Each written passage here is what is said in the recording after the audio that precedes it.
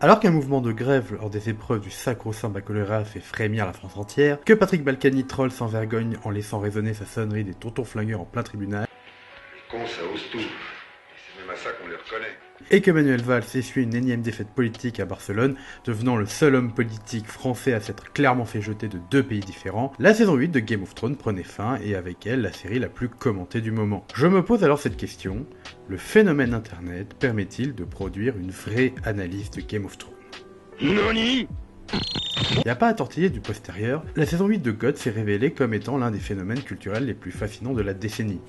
Non content d'être un formidable objet d'analyse, elle a suscité des réactions très partagées non seulement à cause de ses choix scénaristiques, mais aussi à cause d'une communication pas toujours bien maîtrisée de la part des showrunners David Benioff et Daniel Weiss. L'auto-sabordage est devenu caractérisé quand le public apprend à mi-saison que la maison mère HBO était prête à rallonger pour des épisodes, voire une saison de plus, mais que D&D considérait qu'il ne leur fallait que 13 épisodes, c'est-à-dire la saison 7 et 8, pour boucler leur histoire. Et quand on voit à quel point des éléments de ces 2 saisons sont mal amenés, rushés ou juste balayés sous le tapis, cela a suffi pour enflammer un internet déjà échaudé. Et cela peut se comprendre dans le sens où il y a des éléments qui ne vont clairement pas, des maladresses conscientisées, des simplifications scénaristiques indignes d'un hors-série de la vieille série Hercule.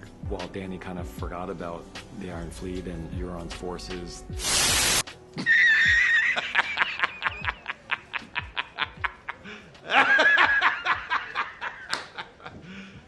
You serious?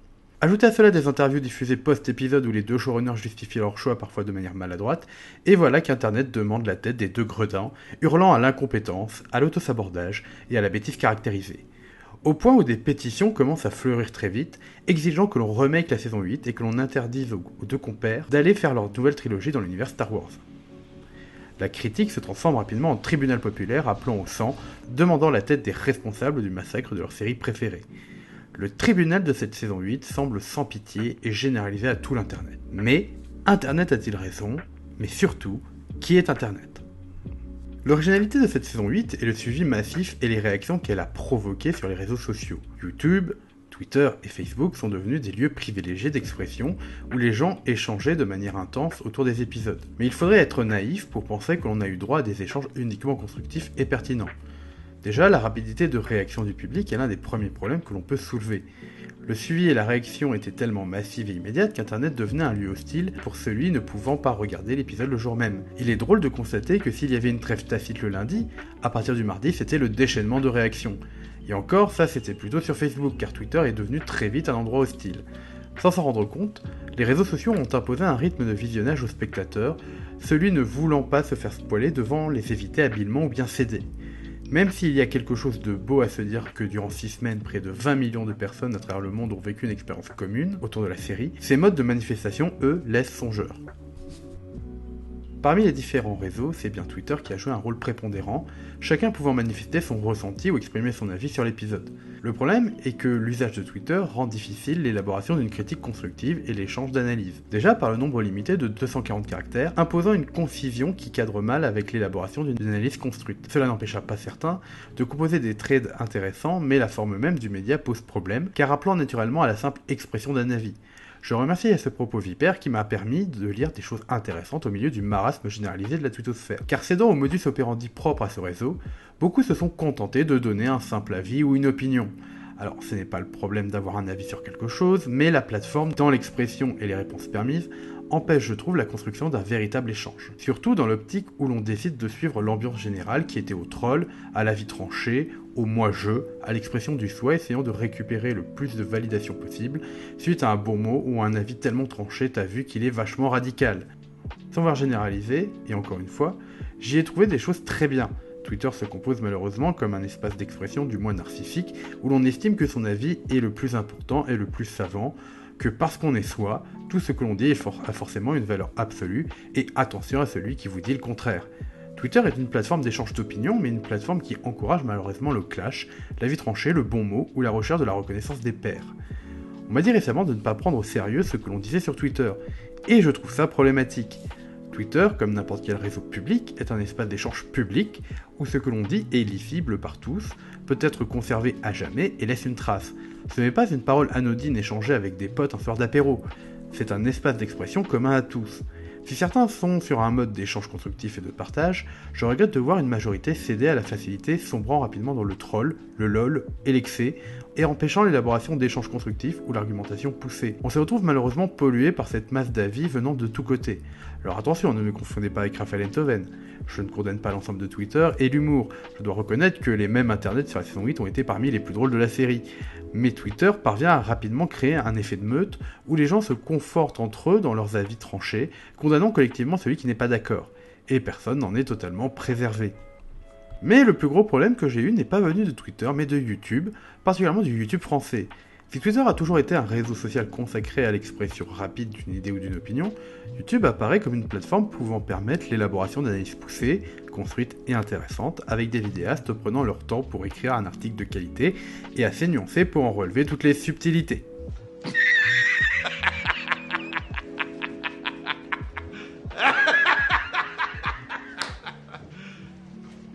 C'est sans compter les us et coutumes de la plateforme elle-même. Sur YouTube, la course aux vues, la nécessité de coller à l'actualité, d'être le premier à sortir sa vidéo, la pression des spectateurs a rendu le YouTube Game français de Game of Thrones assez insupportable.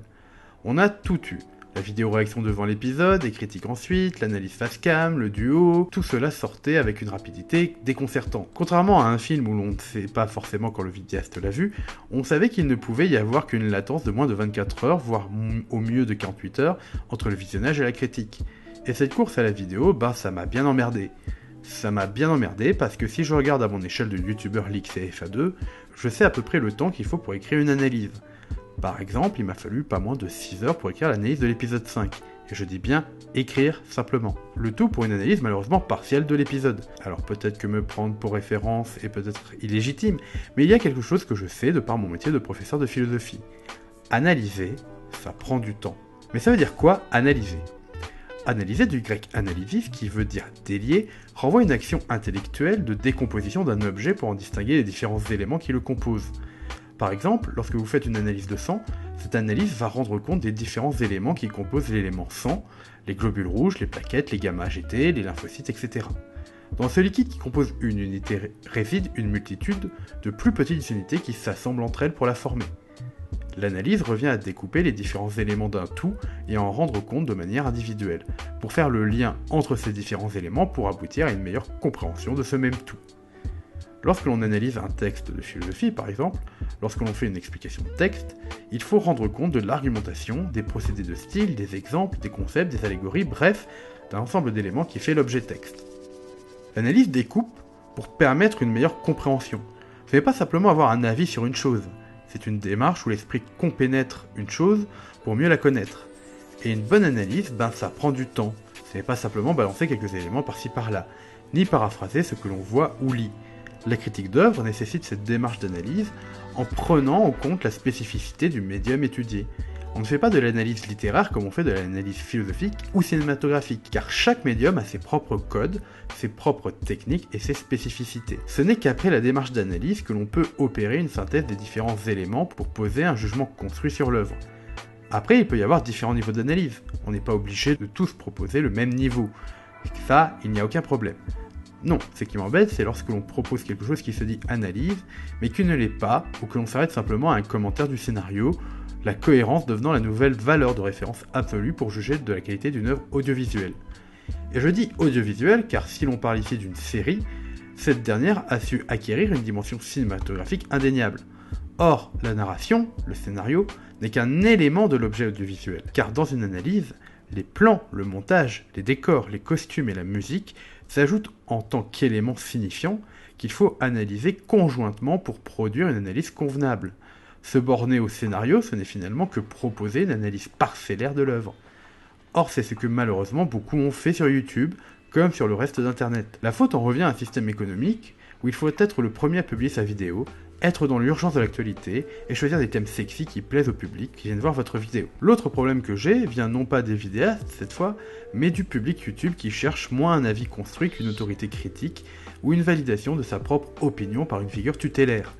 Ainsi, le nombre de vues n'est plus soumis à la qualité de l'analyse ou du travail, mais à l'autorité que l'on donne à la personne, autrement dit sa popularité. Et ça, il y en a qui l'ont très bien compris. Il n'y a qu'à voir les critiques ciné du JDG, dont le plébiscite repose sur sa popularité et non sur ses compétences d'analyse. La seule légitimité de sa critique est le nombre d'abonnés et la qualité de sa chaîne principale. Or, faire des vidéos très drôles sur des jeux pourris n'implique pas forcément être bon dans le délicat exercice de la critique. Ce qui n'empêche pas ces vidéos d'être plébiscitées, non parce que l'analyse est bonne, mais parce qu'il est JDG. Finalement, on se retrouve avec un avis pas plus intéressant qu'un autre, mais qui permet une adhésion massive de la part de ses abonnés. Et c'est comme ça qu'on se retrouve avec une critique de Jurassic World 2 sans trop d'intérêt, où la seule chose dont on parle, c'est d'incohérence, donc de narration, oubliant ainsi que Jurassic Park en avait lui aussi en son temps, oubliant la technique remarquable du film et la prise de risque de transformer une série de survival en pur film gothique, doté d'une réalisation renvoyant les tant adulés frères Rousseau au bac à sable. C'est pour ça que je veux expliquer ce que je recherche dans un film. Ce que je recherche dans un film, c'est un scénario et des personnages qui marchent, qui fonctionnent, et une histoire qui m'intéresse. Les idées de réal, les clins d'œil au premier Jurassic Park, le sound design, les effets spéciaux, tout ça pour moi, c'est l'emballage d'un scénario cohérent. Si le scénario et les personnages sont absurdes à la base, si le squelette est moisi à la base, tout ce qu'il y a au-dessus, tout ce qui a les idées de réal, tous les effets spéciaux, tout ça, pour moi, ça, je n'y attache aucune importance si le scénario de base pue la merde. Et pour Game of Thrones, on se retrouve ainsi avec une cohorte de vidéastes largement suivis, proposant leur critique de Game of Thrones plus que médiocre. Les deux cas significatifs sont les deux poids lourds de la plateforme qui incarnent dans leurs cas respectifs les deux problèmes que j'ai mentionnés.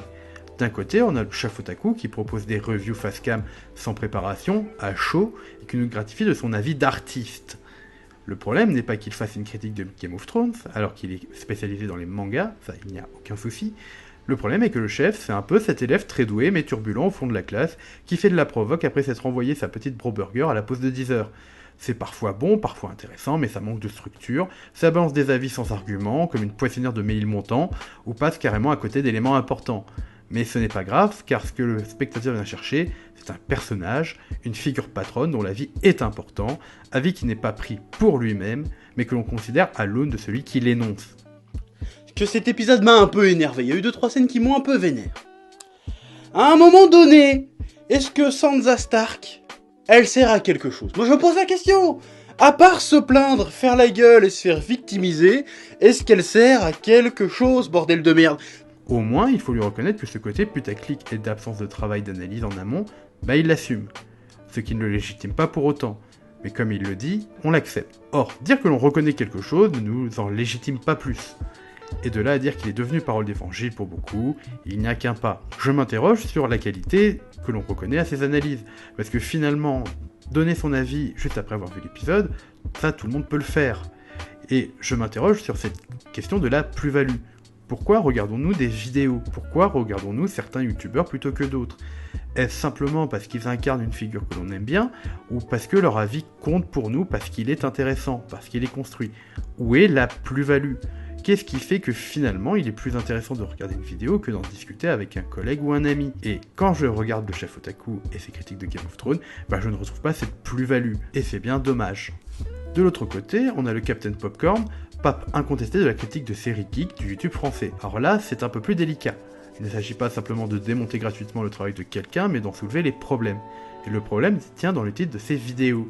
Il les présente comme des analyses. Or, si on les regarde, on se rend compte que cela se borne essentiellement à une paraphrase de l'épisode avec 2 ou 3 éléments surajoutés, comme souligner la qualité d'un élément ou la faiblesse d'un autre. Mais ce n'est pas de l'analyse encore une fois. Et j'avoue avoir du mal à comprendre que l'on s'enthousiasme autant à regarder un résumé de l'épisode que l'on vient de voir. Alors oui, il y a des éléments critiques, mais le problème, c'est que c'est souvent balancé comme ça, sans réelle justification ou recherche de la potentielle signification. Il expose des faits, donne son avis dessus, mais cela ne va pas plus loin. Et c'est franchement dommage, car ses premières vidéos témoignaient d'une plus grande recherche et savaient aller en profondeur. On se retrouve encore une fois dans la recherche de la sacro-sainte cohérence, en passant à côté des éléments signifiants et purement cinématographiques. Par exemple, cet extrait est assez symptomatique de ce que j'énonce. Avant de parler de Théon ou Théon, on a quand même ce bon Beric Dondarrion qui se sacrifie avec un plan qui nous resserre le fameux symbole christique qu'on retrouve souvent au cinéma, Beric avec pour sainte mission de protéger celle qui tuera le roi de la nuit. Comme j'ai expliqué dans ma propre critique, il y a à la fois quelque chose de très visuel qui marche, et le symbole, en plus de nous évoquer directement la notion de sacrifice, renvoie à tout le parcours de Beric, celui qui est mort et ressuscité, celui qui se battait pour les indigents contre la tyrannie des puissants. Le lien avec le message primitif du Christ est bien présent, et tissé dès le début, notamment par Martin lui-même. La religion du Dieu de la Lumière renvoie à un monothéisme messianique, renvoyant à la fois au zoroastrisme, mais aussi au manichéisme chrétien. Il ne suffit pas de relever l'élément, il faut l'expliquer. Port-Réal est filmé pour donner l'idée d'une comparaison avec une ville qui viendrait d'être dévastée par une explosion atomique, ce qui devient particulièrement flagrant quand Tyrion croise un rescapé brûlé et à demi nu qui erre sans but, totalement hébété par l'ampleur de l'horreur qui a frappé. Et d'ailleurs, les showrunners qui étaient donc réalisateurs sur l'épisode et donc présents sur le tournage, évoquaient eux-mêmes cette similitude volontaire avec une attaque nucléaire, notamment évidemment celle d'Hiroshima et Nagasaki, sachant que la grosse différence avec le cas de la fin de la Seconde Guerre mondiale, c'est que les États-Unis avaient en face d'eux un Japon qui n'était pas prêt de capituler, alors que la ville de Port-Réal avait fait sonner les cloches. Dans cet autre extrait de la critique de l'épisode 6, on évoque l'imagerie de la bombe atomique, mais on ne l'explique pas.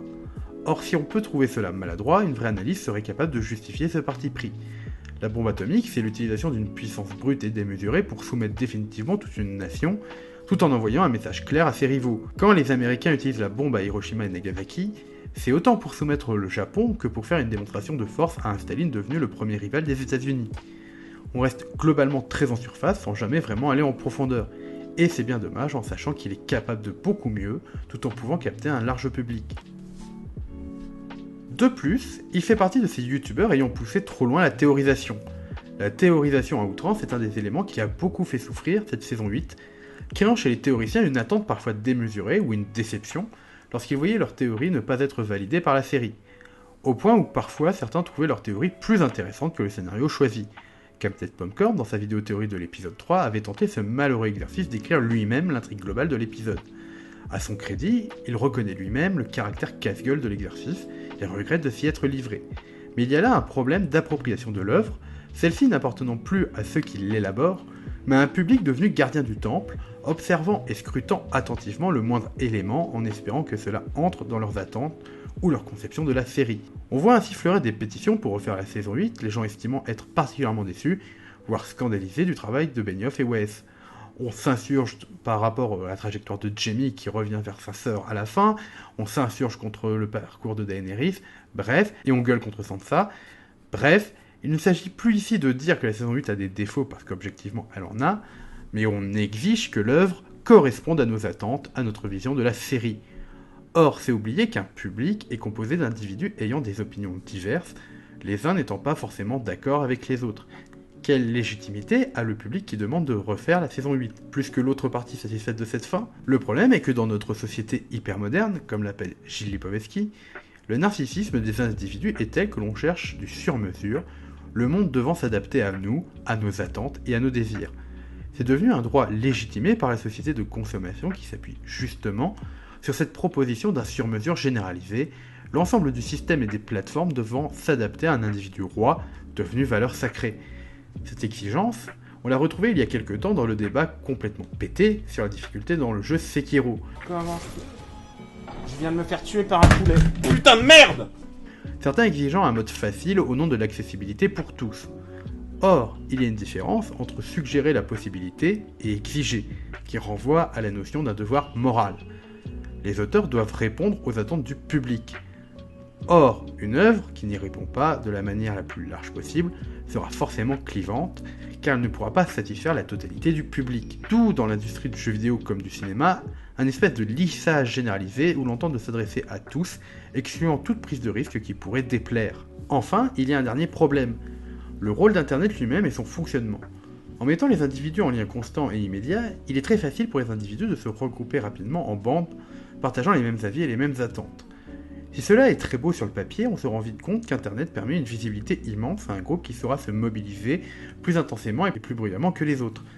Cette survisibilité à travers les réseaux sociaux amène ces groupes à croire qu'ils sont l'avis majoritaire, et donc légitime, l'entre-soi ne donnant que l'impression que leurs opinions sont validées par les autres. Cela tient du fait que l'on pense que dans une société démocratique, l'avis majoritaire est forcément le bon. Or, cet avis peut être majoritaire seulement dans sa visibilité, et ce n'est pas parce qu'il est majoritaire, et c'est pas parce qu'ils sont une majorité à avoir tort que cela leur donne raison. Il ne s'agit pas de la jouer à Enthoven, encore une fois, et de condamner de manière radicale les réseaux sociaux qui peuvent être de formidables outils d'échange et de rencontres. Le problème vient d'un modèle économique et social qui semble évacuer l'exigence d'analyse, sous le prétexte que tous les avis se valent, du plus vulgaire au plus construit, qu'il faut publier le plus vite possible, et surtout montrer aux autres que l'on a un avis. Celui qui passe du temps, celui qui va trop développer, eh bien c'est quelqu'un qui va se prendre la tête, qui va trop dans le détail, et on n'a pas trop de temps à y consacrer. Or, on trouve de très bonnes critiques sur internet, construites, intéressantes, et surtout qui prennent en compte leur médium, sans s'en tenir à la simple narration, par les actes ou les paroles. Il peut y avoir du très bon, mais il faut pour cela résister aux injonctions d'un système qui se veut être un espace de liberté totale, alors qu'il n'est qu'un autre espace normatif, plus insidieux, mais néanmoins présent. Ma démarche n'est pas de dénoncer ou de me moquer depuis les hauteurs des individus, mais de pointer les fonctionnements que soulèvent les plateformes internet, induisant un certain nombre de comportements problématiques chez les créateurs de contenu comme chez leur public. Comportements qui ne sont souvent pas le fruit d'une volonté maligne, mais qui résultent d'une logique marchande à laquelle nous nous soumettons sans le savoir. Merci de m'avoir écouté, c'était Professeur Majax, j'espère que cette vidéo vous a plu. N'hésitez pas à vous abonner à la chaîne, à rejoindre la page Facebook ou Twitter ou le Discord, et...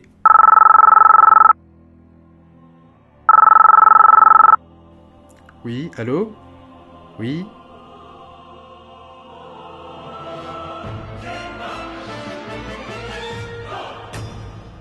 Eh merde!